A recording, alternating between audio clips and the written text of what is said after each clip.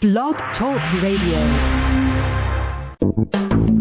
Welcome to the Institute for Personal Development, Kriya Yoga Ashram, where total consciousness is the new frontier. Kriya Yoga is union of the individual with the divine. Join us as we explore the practices to initiate this process. Good morning. Welcome to the Voice of Yoga. Let's talk consciousness. I am your hostess, Lisa Winton, and with me is Kenny Toy, also known as Swami Jayananda, founder of the Institute for Personal Development, located here in Hampton, New Hampshire. Good morning, Swami. Thank you for being here today. How are you? Good morning. I'm doing pretty good today. How about you? Well, I'm doing great today, too. Thanks for asking. And we want to thank you all for tuning in. Today on The Voice of Yoga, we will talk about the message of the Christ, which came through Jesus in the Sermon on the Mount, found in Matthew 5, verses 3 to 12. In this show, we will play a soundbite from Fitch, Thunder of Silence Class 10A, to illuminate the deeper meaning of these spoken words. Listen as we explain why in Revelation, John suggests read, hear, and keep when it comes to spiritual matters, and why Herb tells us reading the menu in a restaurant will leave you hungry if that's as far as you go. Welcome to the Voice of Yoga. We are talking consciousness. Join the Kriya Yoga Spiritual Advance to get the light in your soul and live out from a higher consciousness. Swami, the title of today's show is Sermon on the Mount, Beatitudes Unboxed. What can you tell us about that title? Yeah, we're going to go over Fitch, where he does such a great job on explaining the esoteric meaning of the message of the Christ.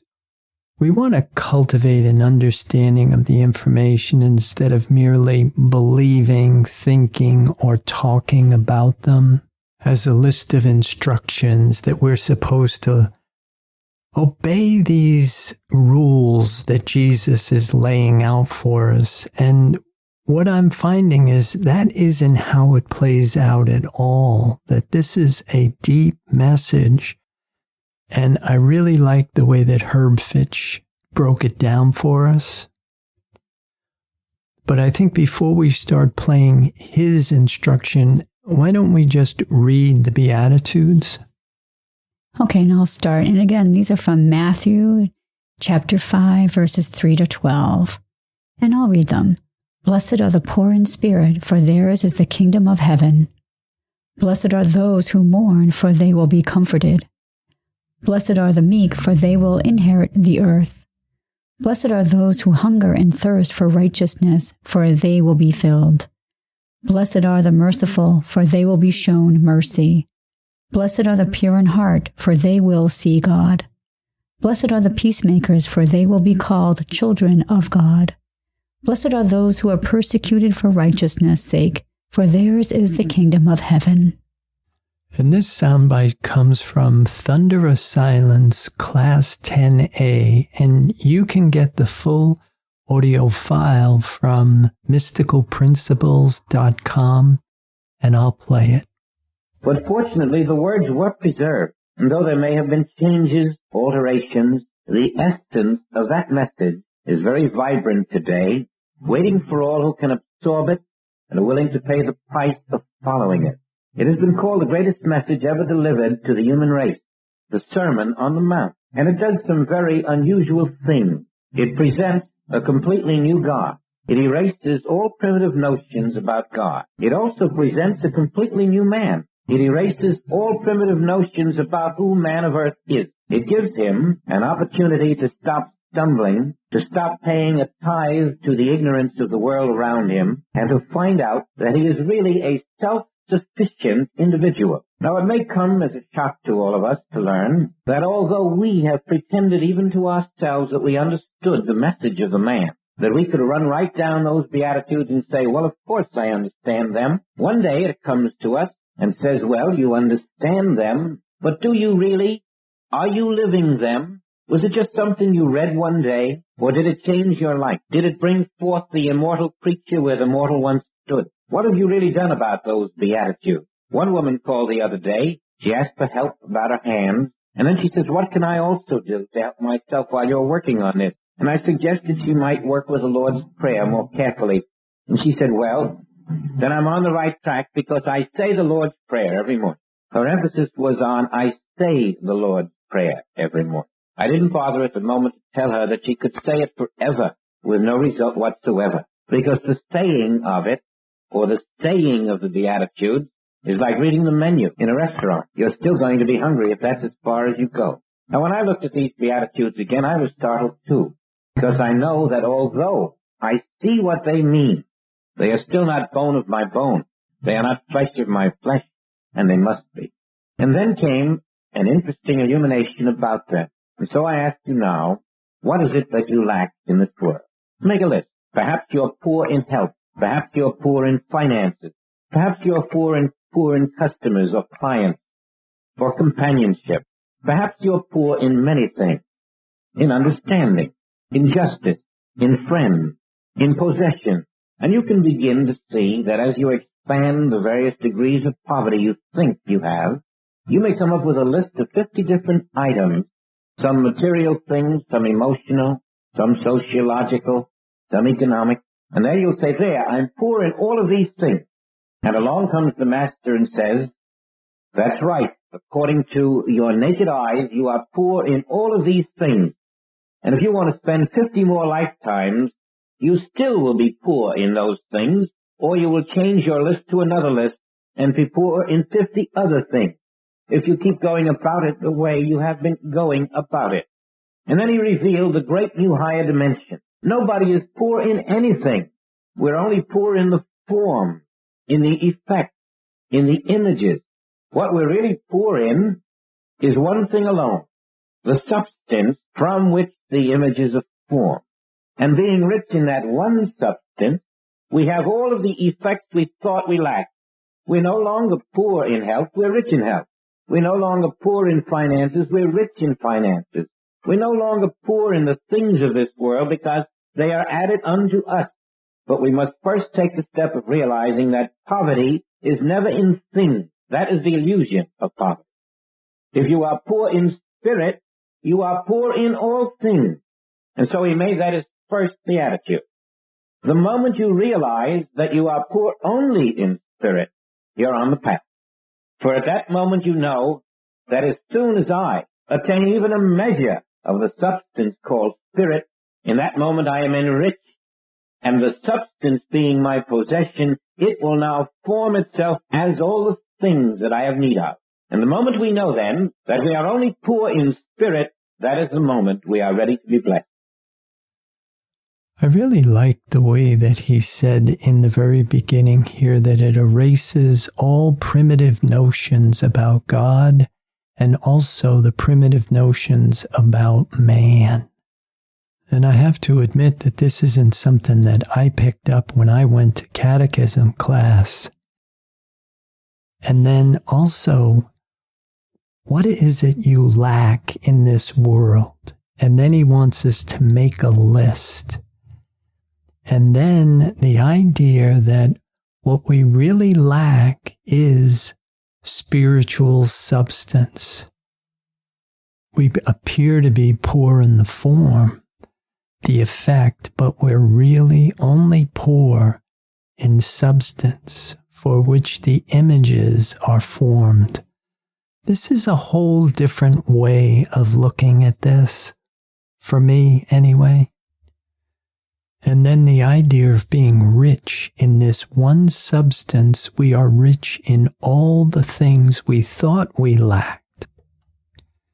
If we are poor in spirit, we are poor in all things. Swami, I really like that phrase, poor in spirit. To me, it just sounds really powerful. Yeah, and as we go further into this, we'll really start to see what he means by poor in spirit. It really means we love spirit so much that we can't get enough of it. We have an insatiable longing for this substance. Blessed are the poor in spirit. Theirs is the kingdom of heaven because they have the substance of heaven. And this then was a revelation to an unheeding world that this is a universe of spirit. And deeper down would follow the knowledge that if spirit is the substance of the universe, spirit is my substance. And so at the very same moment he was revealing spiritual identity. Your identity as spirit, the identity of your neighbor as spirit, the identity of the universe as spirit, and the identity of God as spirit.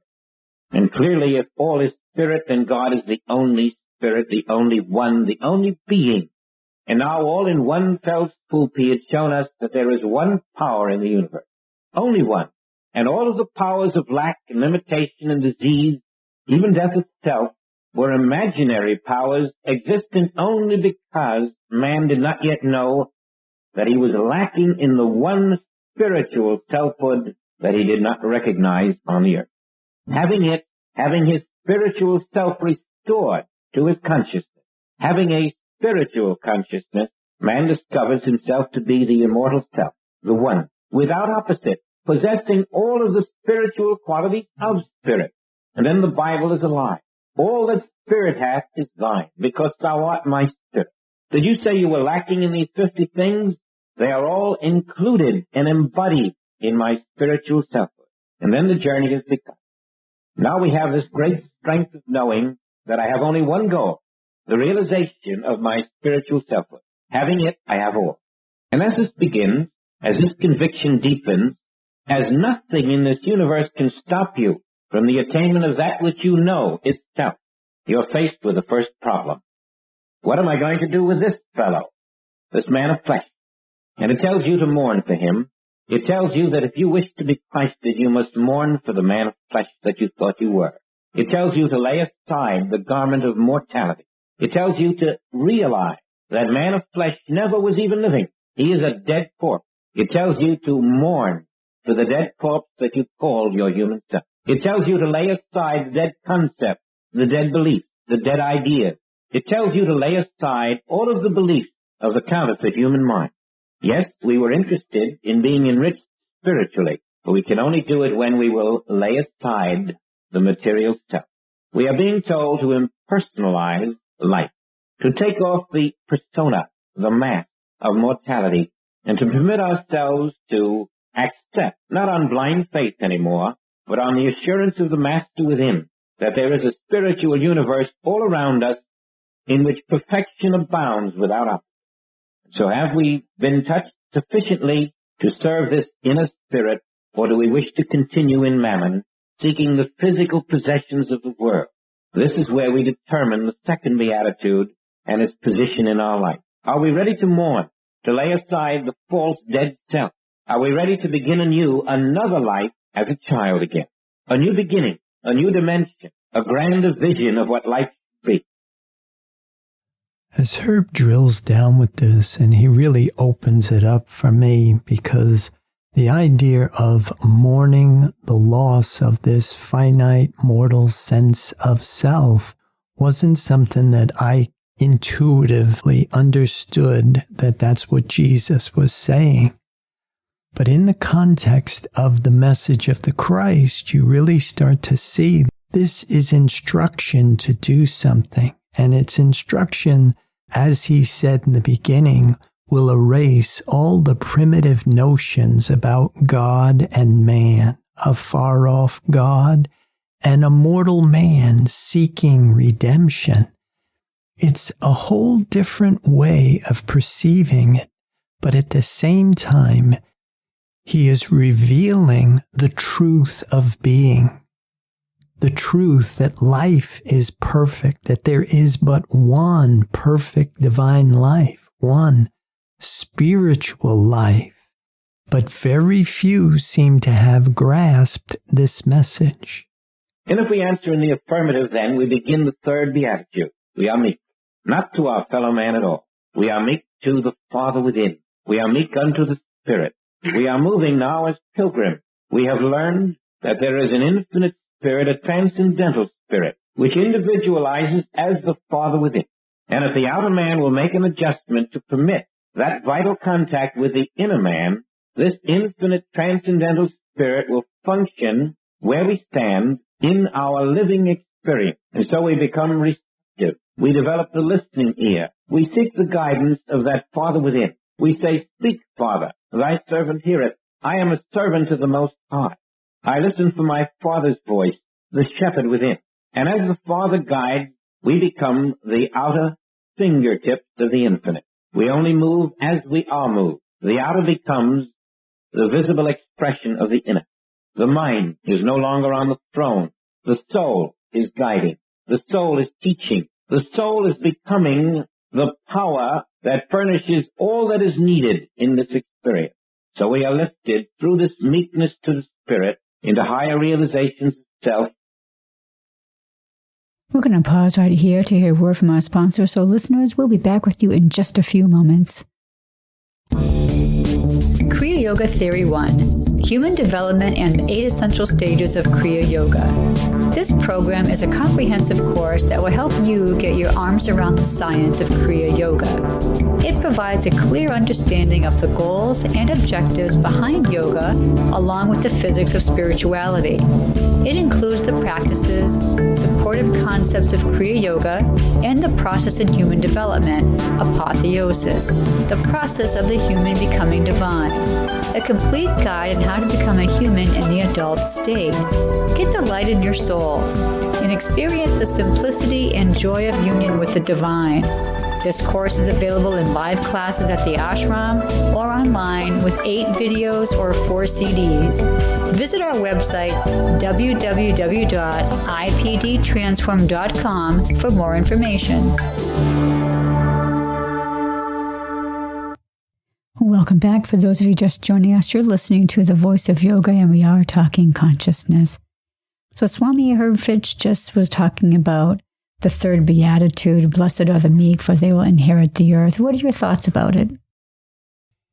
He also talks about this in Realization of Oneness, Class 4A, and I have a little quote here I'll read. "If you have not been able to attain the fruits of meditation, it is because you have violated the request of meekness, a certain kind of humility.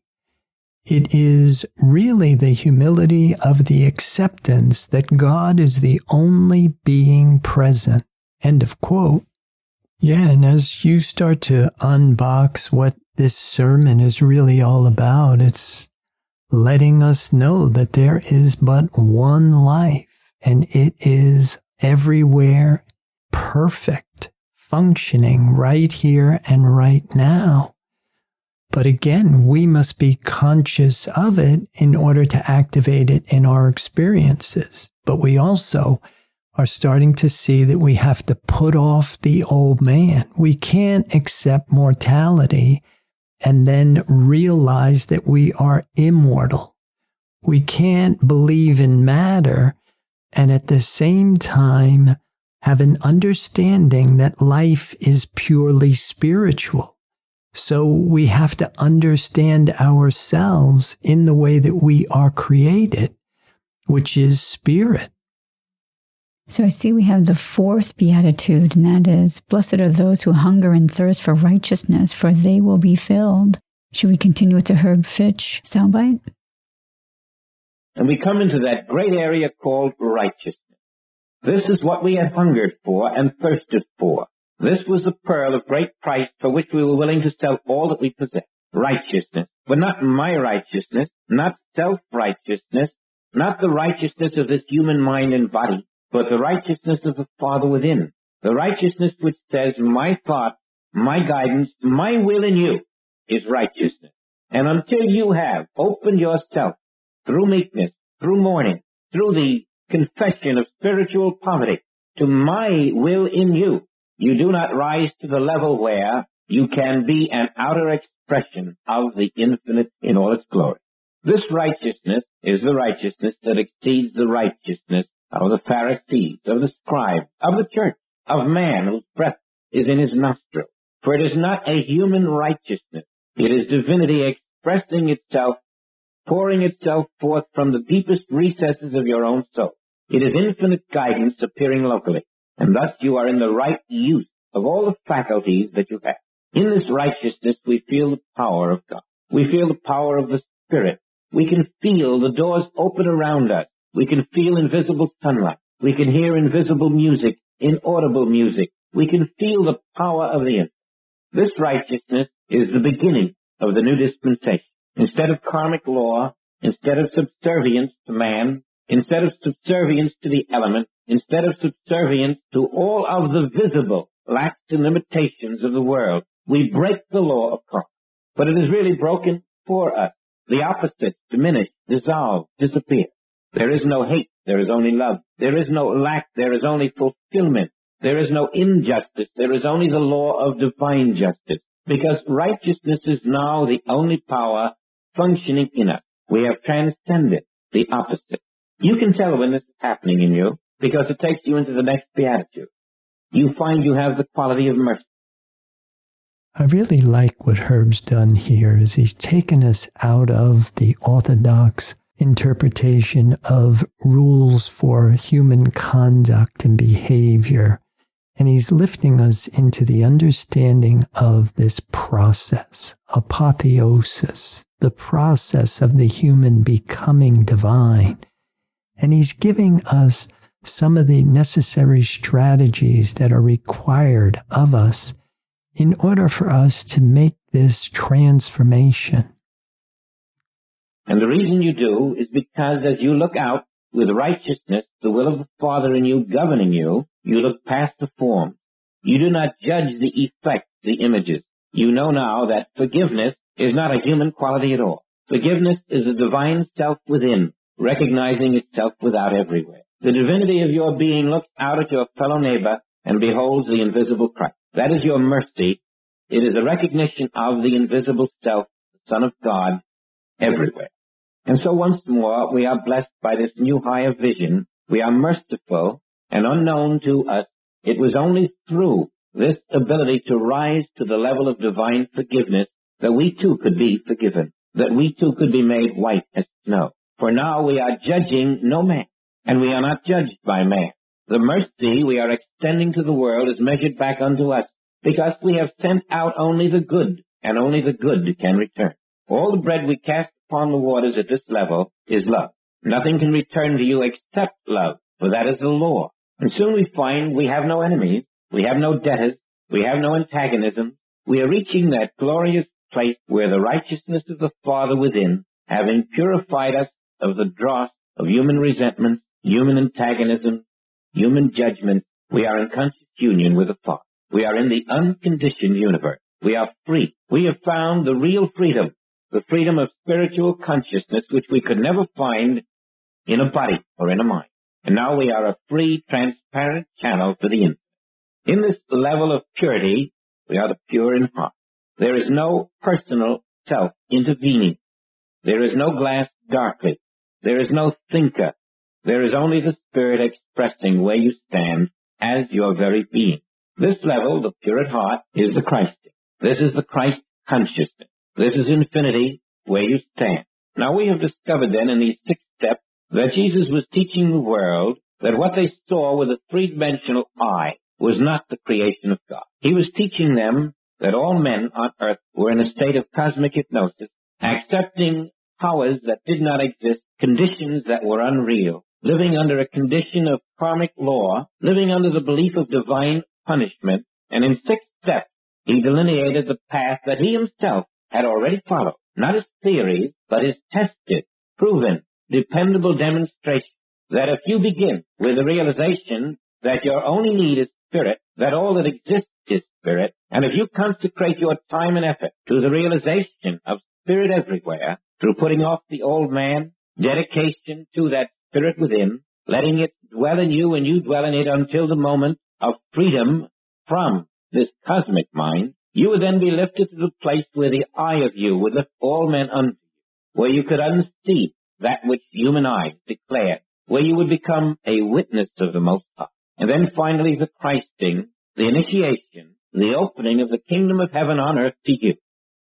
I'm just going to let Herb run with this because this is really great stuff, and we can talk about it if we have time. Otherwise, maybe we'll just do another show on it. And still we're a bit short of the mark. We're untested. We have to still go through that testing period. And so he tells us, blessed are those who are persecuted for righteousness' sake. And here is where you discover if this is for you or not. Judas couldn't make it. The acid test was too much for him. But when you have the ability to look at the persecutions of the world around you, the horrors, the corruption, the evil, and all that seems to be beyond the control of man, when you can also look at the subtle persuasions within yourself, those little invisible persecutors of your own mind, and can face all this with the knowledge that you cannot be moved from spiritual identity, which is the realization of omnipresent perfection, and that every problem that presents itself to you is nothing more than the acid test of your conviction. Then you will know that you have touched the higher consciousness. You will know it was necessary, too, because the word in you must be sealed. You must pass through that acid test. In fact, he goes a step further. He says, rejoice. Rejoice when you are persecuted. Why? Because so persecuted they the prophets before you. That's how these men came into their highest state. Every persecution, every lack, every limitation, every form of adversity, however severe it appears to the naked eye, is cementing home for you, if you are ready, the realization that in the spiritual universe, these persecutions are pure mirage. If they're real to you, then you've got to go back to step number 1, 2, 3, and 4, and find out where there was a flaw in your understanding. When you follow them carefully, when you come to the 6th step, the 6th Beatitude, pure in heart, you should be a perfect transparency, so that even the major catastrophes of this world are quickly seen for what they really are. Peace has no opposite. Love has no opposite. Eternality has no opposite. Immortality has no opposite. Abundance has no opposite. Every opposite, anything unlike God, is but a shadow of thought, and you need not remove that condition. You must simply come over that shadow of thought.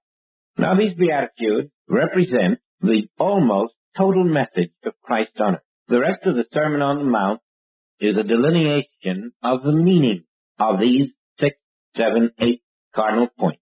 We're going to skip ahead a little bit here because we're running a little low on time. Now, we who have not found this area of grace are not practicing the message of Christ. Actually, Christianity has not been taught on this earth for some 1700 years.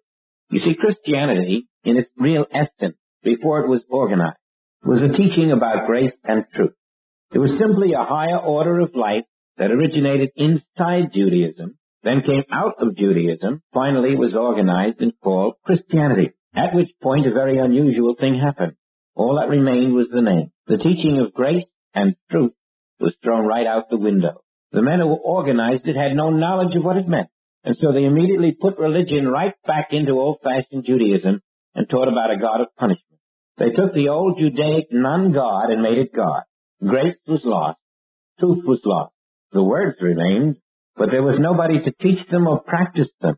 And as you come up to the 20th century, you find that for 1700 years, the Beatitudes have been merely black print in a little book called the Bible. And people do what this woman told me they do. I said them this morning. I used to say them too. To do them, to live them, to be them. And then you see that poor in spirit branches out into 7 more meanings. Once you have caught the idea that unless spirit flows through you, you're a branch cut off, you realize there is no place where you can stop that flow. The moment you stop it, you stop consciousness from being your God. There must be infinity flowing at all times, and so we are constantly poor in spirit. That is our greatest wealth, the ability to stay poor in spirit. We can only do this in spiritual identity, where like attracts like, by resting in the perfection of divine truth. Well, we're going to start breaking down our show for today, so listeners, be sure to visit the website www.ipdtransform.com. When you're on the homepage, you hit the fading banner, Blog Talk Radio. Click it, directs you to its catalog page. Click the Products tab, and Online Classes directs you to all the classes that Swami has available. Any final thoughts about today's program, Swami? Well, I would like to encourage people to join the Kriya Yoga Spiritual Advance, get the light in your soul, and live from a higher consciousness. Namaste. Thank you for listening to our program, The Voice of Yoga. I'm Lisa Winton, with me Kenny Toy, signing off. Have a wonderful Kriya Yoga kind of day. Namaste.